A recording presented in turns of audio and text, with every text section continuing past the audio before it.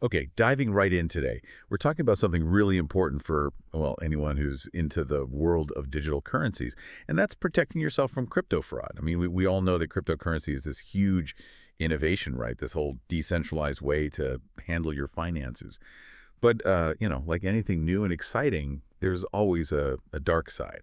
And with crypto, that dark side is, well, it's fraud. Yeah, absolutely. I mean, the potential of crypto is definitely revolutionary, but the need to be super careful, super vigilant, that's huge too. And it doesn't really matter whether you're, a seasoned trader or just starting out. You really have to get a grip on the risks. It's paramount. So that's what we're doing today. Basically, we've gone through tons of information, a whole mountain of it, to create this, you could call it the ultimate guide to preventing crypto fraud. And we're going to break it all down piece by piece so you can walk away feeling confident, like you've got the knowledge and the tools to really minimize your risk. Think of it as your deep dive into staying safe in the crypto world. Okay, sounds good.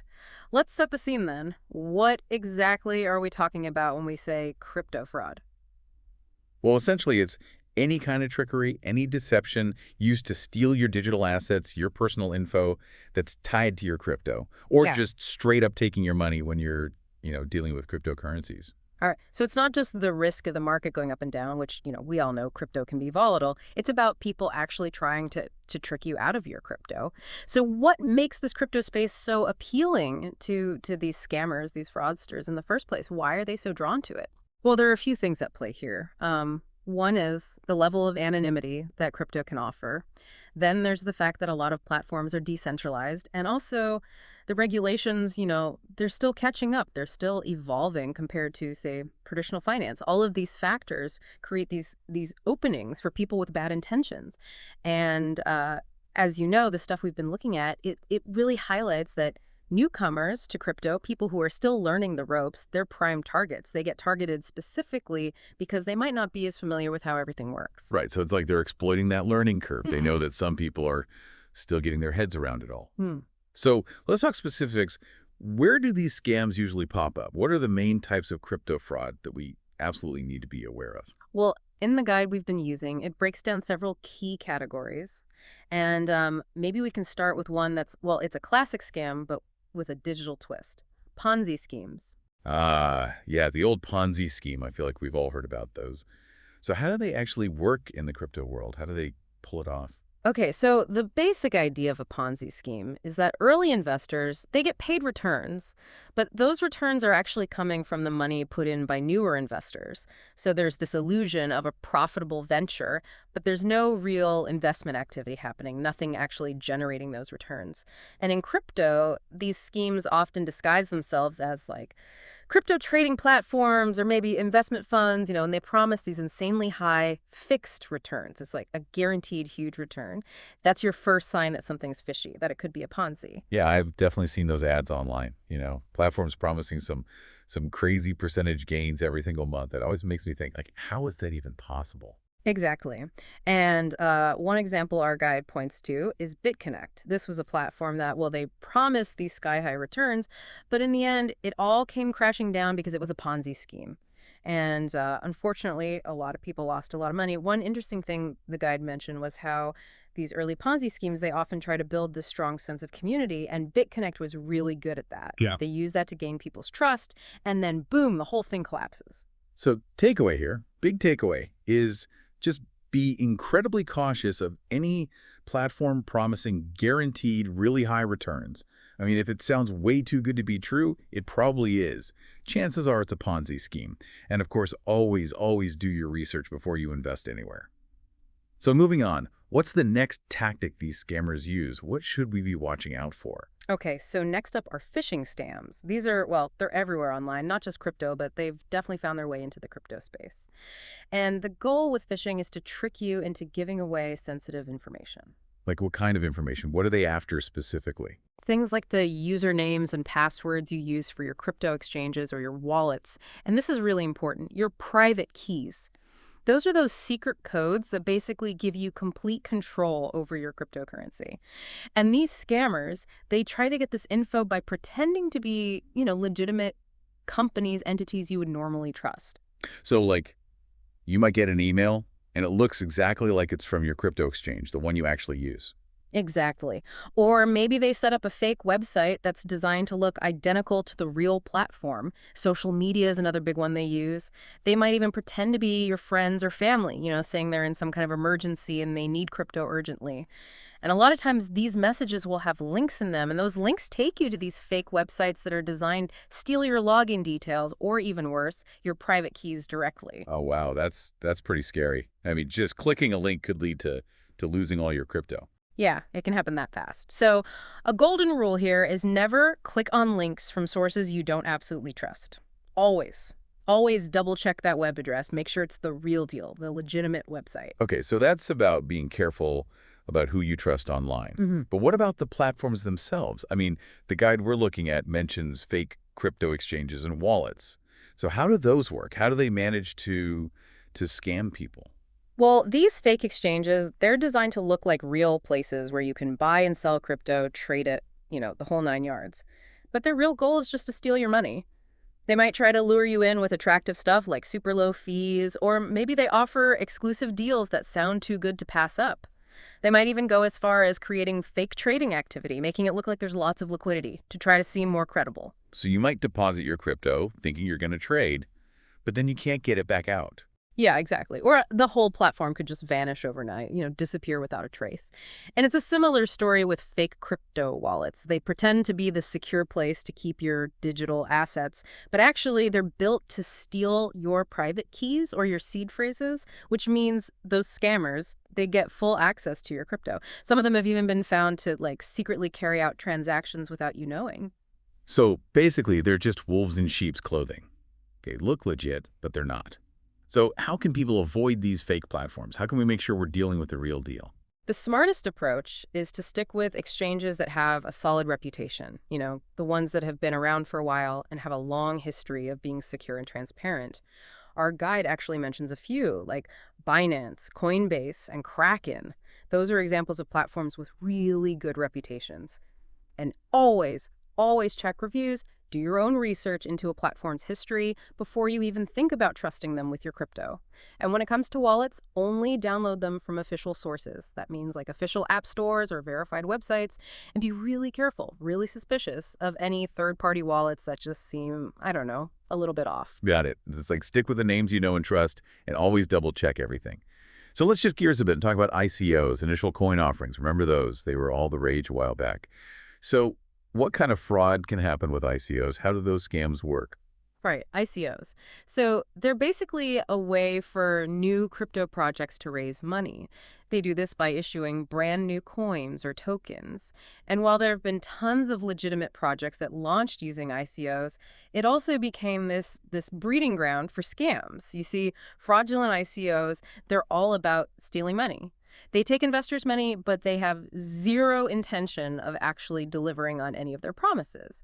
These might be projects that have no real tech behind them, or maybe they're super vague about how they're going to use the money they raise. So it's kind of like investing in a business that doesn't actually exist or is never going to do what it promised. Yeah, that's a good way to put it. And the guide we've been looking at, it actually talks about how these scammers would create these totally fake coins. Then they'd create all this hype around them using aggressive marketing tactics. But then right after the ICO, the value of the coin would just plummet, go straight to zero. And all those investors, they're left holding these worthless tokens. Ouch. That's got to hurt. So what advice do you have for someone who's thinking about, getting involved with an ICO? What should they be looking out for? Research, research, research. I can't emphasize that enough. It's absolutely essential. Before you put any money into an ICO, look closely at the project's white paper. That's basically their business plan, their technical documentation. See if you can verify the team members, make sure they're real people with, credible backgrounds. A legit project will be very upfront about all this stuff. They'll have a clear plan. They'll explain their tech in detail. If a project is being vague, if they're not being transparent, if their team is unverified, or if they're making these wild promises about future returns, red flags, huge red flags. Right. Transparency and a solid team. Those are key. Okay, let's switch gears again and talk about something a bit more, fast-paced. Pump and dump schemes. I've seen a lot of chatter about these online. So how do they actually work in the world of crypto? How do they pull these off? So pump and dump schemes, they're all about manipulating the price of a cryptocurrency. The pump part is artificially inflating the price. They do this by creating all this hype and spreading information that's Well, it's misleadingly positive, often through social media or online trading groups. And once they've pumped up the price, the organizers, the people behind the scheme, they sell off all their holdings. That's the dump part. And that causes the price to crash, leaving everyone who bought in late with, well, a big loss. One thing to keep in mind is that sudden, huge price surges in coins that don't have a lot of trading volume, those are often a sign of manipulation, not organic growth. It's a red flag. So it's basically a coordinated effort to trick people into buying something that's about to crash. And our guide says the crypto market is especially vulnerable to this. Why is that? What makes crypto such a prime target for these pump and dump schemes? Well, crypto, it's inherently volatile. The market's always moving up and down. And also there's not as much strict regulation compared to traditional markets. Those two factors together make it easier for these schemes to work, especially when they target these lesser known coins, the ones that don't have a huge trading volume or market cap. It doesn't take as much effort to move the price of those smaller coins. And one interesting thing the guide pointed out was that even projects that seem legit, they can sometimes fall victim to these pump and dump schemes that are started by like outside actors. Well, that's wild. So I guess the takeaway is if you see a coin suddenly shooting up in value, like to the moon, as they say, and there's all this hype around it online, that should be a major red flag, right? Absolutely. Be very, very careful about any social media groups or online platforms that are pushing specific tokens really hard, using that kind of language, like buy now or you'll miss out. That kind of stuff is always a red flag.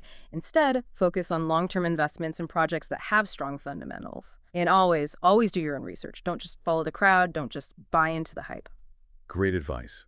Now, the last type of crypto fraud our guide covers is one I haven't heard as much about, but it sounds really bad. Rug pulls, what are those all about? Okay, so a rug pull, it's a scam that's become more common in the world of decentralized finance, or DeFi. That's a newer area of crypto, focused on providing financial services through these decentralized applications. And it's also happening with new token launches. So here's the basic idea. The developers behind a project, they suddenly abandon it, and this is the crucial part. They take all the liquidity, all the assets that were backing the project with them. So now all the investors, they're left holding these tokens that are completely worthless because there's no way to trade them anymore. And the anonymity and the lack of audited code in DeFi, those are major red flags that you should be aware of. Yeah, that sounds like a nightmare for investors. Yeah. So why is this kind of scam more common in DeFi? What makes that space so vulnerable? Well, the DeFi space, it's still pretty new, and it often has less oversight compared to, these more established platforms. So it's easier for these anonymous teams or teams using fake names to launch projects and then just vanish with everyone's money. Wow, that's pretty scary. So what can people look out for? What are the warning signs of a potential rug pull? This is where research is super, super important. Seriously, you got to do your homework. Look very closely at how transparent the development team is. Are they publicly known? Can you verify their track record? Check out the project's code. Has it been audited by a reputable firm? And be incredibly cautious of any DeFi project that's promising crazy high returns with, seemingly no risk.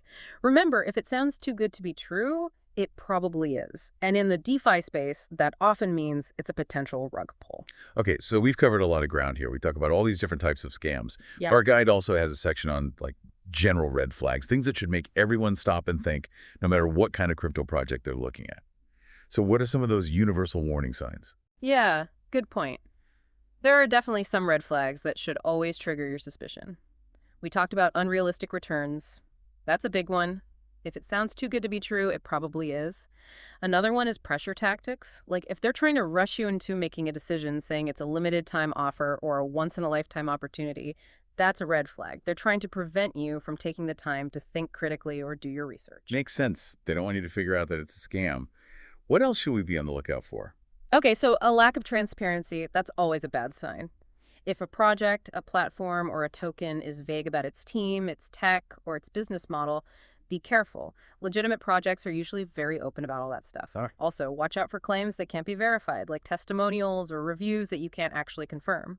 And finally, if a project hasn't been audited by a reputable third party, or if there's no discussion about it online, no community buzz, that's a red flag too. Okay, so we've got this long list of scams to watch out for, these red flags to be aware of. But what about taking action?